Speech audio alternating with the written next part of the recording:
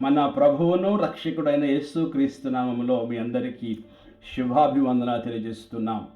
మనం మార్కు సువార్త 8వ అధ్యాయం నుంచి 16వ అధ్యాయం వరకు ఈ 40 దినాలు శ్రమ దినాలలో కొన్ని ప్రాముఖ్యమైన మాటలు మనం ధ్యానం చేస్తున్నాం. ఈరోజు పాఠ్యభాగముగా మార్కు సువార్త 10వ అధ్యాయము 28వ వచనం మనం చూసినప్పుడు, పేతురు ఇదిగో మేము సమస్తం విడిచిపెట్టి నిన్ను వెంబడిస్తున్నామని చెప్పి పేతురు యేసు ప్రభువుని అడిగినట్టు మనం చూస్తున్నాం. వారి యొక్క జీవితాలు ప్రభువుకు సమర్పించుకున్నారు.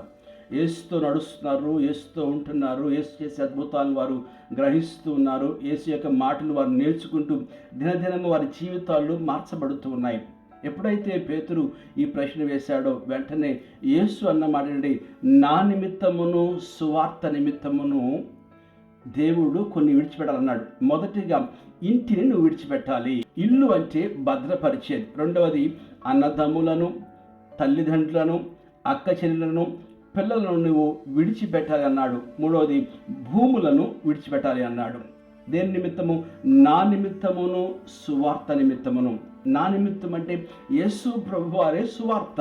ఆయన లేకపోతే సువార్త లేదు కనుక శిష్యులతో మాట్లాడుతున్నమాట, మీరు నన్ను వెంబడిస్తున్నారు, వెంబడించినప్పుడు మీ యొక్క ఆస్తులను మీరు పక్కన పెట్టాలి, మీ తల్లిదండ్రులను పక్కన పెట్టాలి, అన్నదమ్ములను పక్కన పెట్టాలి, పిల్లలను పక్కన పెట్టాలి. అన్నిటికంటే ప్రథమ స్థానము నాకు ఇచ్చి మీరు నన్ను వెంబడించినప్పుడు మీరు నూరంతులుగా ఫలిస్తారని చెప్పి యేసు ప్రభువారు శిష్యులతో మాట్లాడారు. అని అర్థం ఏమిటి మనకు తెలుసు. ఈ యొక్క శిష్యులు ఎప్పుడైతే అన్నీ విడిచిపెట్టి దేవుని యొక్క పనిని ప్రారంభించారో అనేక మంది అన్నదమ్ములను, అక్క చెల్లెలను దేవుడు వారికి వేలలో ఇచ్చాడు. ఆది సంఘమును మనం జ్ఞాపకం చేసుకున్నప్పుడు ఆది సంఘములో వారు దేవుని యొక్క వాక్యం ప్రకటిస్తున్నప్పుడు అనేక మంది రక్షణ పొందారు. వారందరూ కూడా దినదినం ఇంటింట చేరి అనేక మంది అక్క చెల్లెలను, అన్నదమ్ములను, బిడ్డలను వారికి స్నేహితులుగా సమకూర్చి వారికి నూరంతులుగా వేలగా వారు ఫలించడం మనం చూస్తున్నాం. యహలోకము శాశ్వతమైనది కాదు. నువ్వు ప్రభువు కొరకు నీ సమయాన్ని వెచ్చించి, నీ ద్రవ్యాన్ని వెచ్చించి నువ్వు ప్రభువు కొరకు జీవించినప్పుడు దేవుడు తప్పకుండా అంటాడు కదా, నీవు నా రాజ్యములో ఫలము పొందు అన్నాడు. చూడండి, మొదటి వారు కడపటి వారు అవుతారంట, కడపటి వారు మొదటి వారు అవుతారంట. దేవుని పని కొరకు ఎవరైతే పనిచేస్తారో వారు మొదటి వారుగా దేవుని రాజ్యంలో ఉంటారు. ఇహలోకమును ప్రేమించి దేవుని పనిని వెనకబెట్టేవారు వారు కడపటి వారు అవుతారు. శిష్యులైతే సమస్తాన్ని విడిచిపెట్టేశారు. సమస్తను విడిచిపెట్టి దేవుని పని కొరకు వారు నమ్మకముగా జీవించరుగా ఆ నిత్య రాజ్యంలో వారి బహుమానము నూరంతులుగా ఉంటుంది.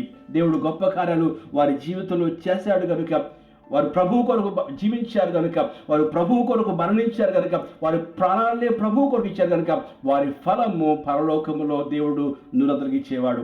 దేవుని కొరకు ఎంత సమయాన్ని మనం వెచ్చిస్తున్నాం, దేవుని కొరకు ఎన్ని కార్యాలు మనం చేస్తున్నాం. ఇహలోకాన్ని ప్రేమిస్తున్నామా? ఇహలోకమే శాశ్వతమైన మనం ఎంచి శిష్యుల వల్లే మొదటి స్థానము ప్రభువుకి ఇచ్చి ప్రభువును మనము గణపరిచారున్నామో లేదో జ్ఞాపకం చేసుకోవాలి. ఆలోచిద్దాం, ప్రార్థిద్దాం. అట్టి కృప దేవుని దయచేయును గాక. ఆమేన్.